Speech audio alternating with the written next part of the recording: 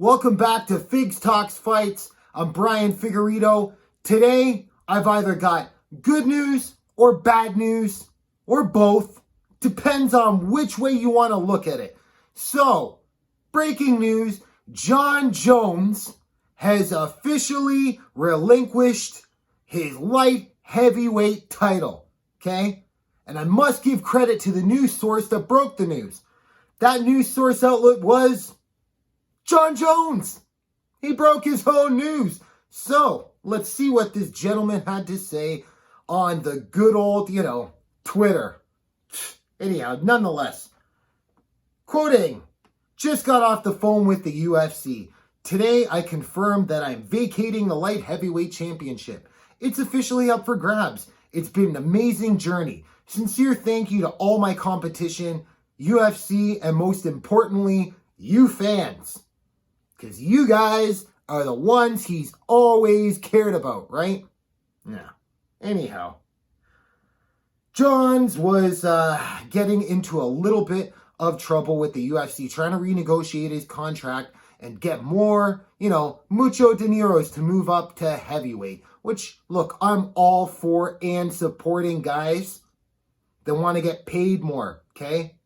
The revenue share is, from what we can tell from the UFC antitrust lawsuit and what the fighters are actually getting paid, is not on par for most businesses or sports entities of their size. But, different story. Let's stick to this one, okay? Jon Jones also wanted to say that the last I spoke with the UFC about my salary, there was no negotiations. So if that ever changes, I'd love to come back and compete again as a heavyweight. Until then, I'll be enjoying UFC as a fan and doing my best to take care of my family and community. Yes, I'm sure that's what he's going to be doing. Taking care of his family and his community. Jon Jones also wanted to state that, look, I'm going to stay in the USADA testing pool for the next 6 months. He's going to keep lifting weights and training martial arts just in case anything changes. Which, what he's looking for here is you guys to speak up, to cry for Jon Jones, to get him back in the cage. Okay? Now this is where I have my problems, my issues with this whole debacle. Okay? Now first of all, Jon Jones no longer the light heavyweight champion as of right now, today, Monday, August the 17th. I don't care. I really don't. Okay? Now, before you're thinking I'm being a little bit too harsh on Jon Jones, I think if you've been watching this channel at all, it's very clear where my opinion is on modern day Jon Jones. But I want to remind you something, okay?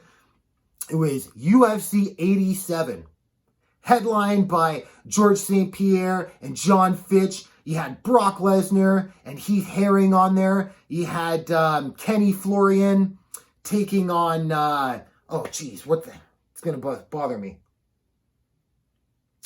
The Phenom at the time, Roger Horton, okay?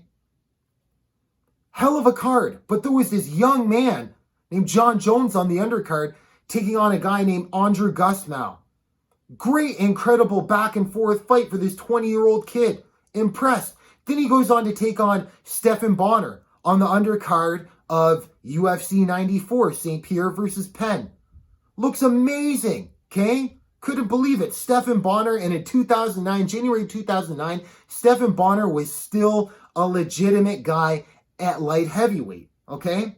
Then he goes on to take on former heavyweight coming down to 205 pounds, Jake O'Brien, on the undercard of UFC 100. Dismantles him. Then he has the Matt Hamill fight where he just literally beats the shit out of Matt Hamill, and Steve Mazzagatti ruined that one. Shouldn't be a loss on Jones's record. Give credit where it's due. Then he runs through Brandon Vera when Brandon Vera was still hot at 205 pounds.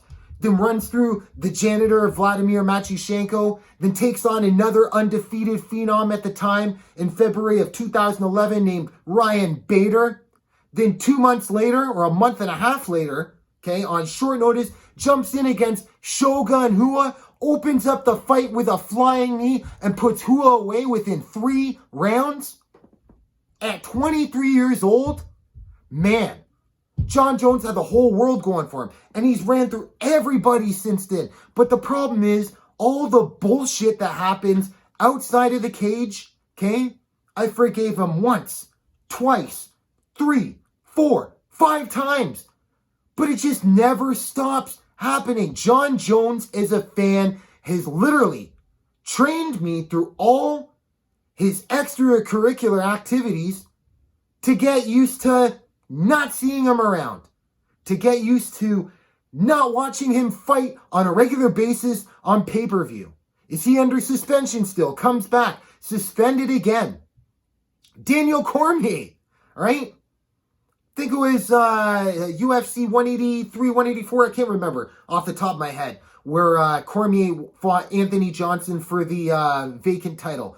Goes off, Jon Jones, get your shit together. Doesn't seem like he ever did. And I'm not falling for this whole, I'm going to be looking after my family and my community here. Okay? What happened was during the incredible trilogy fight between Miocic and Cormier that just took place last Saturday, he just wanted to steal the show, getting all over social media talking about how he's going to be in heavyweight championship fights moving forward. And then at the press conference, you have Dana White coming out saying, absolutely not, Francis is next in line. I guarantee you, in Jon Jones's giant ego, that pissed him off. He said, forget it, I'll play the next step. Well, checkmate. Because now September 26th, we got a light heavyweight title fight that should be coming up between Dominic Reyes and Jan Blachowicz, okay? Look, this sport moves on. And I love this sport, okay?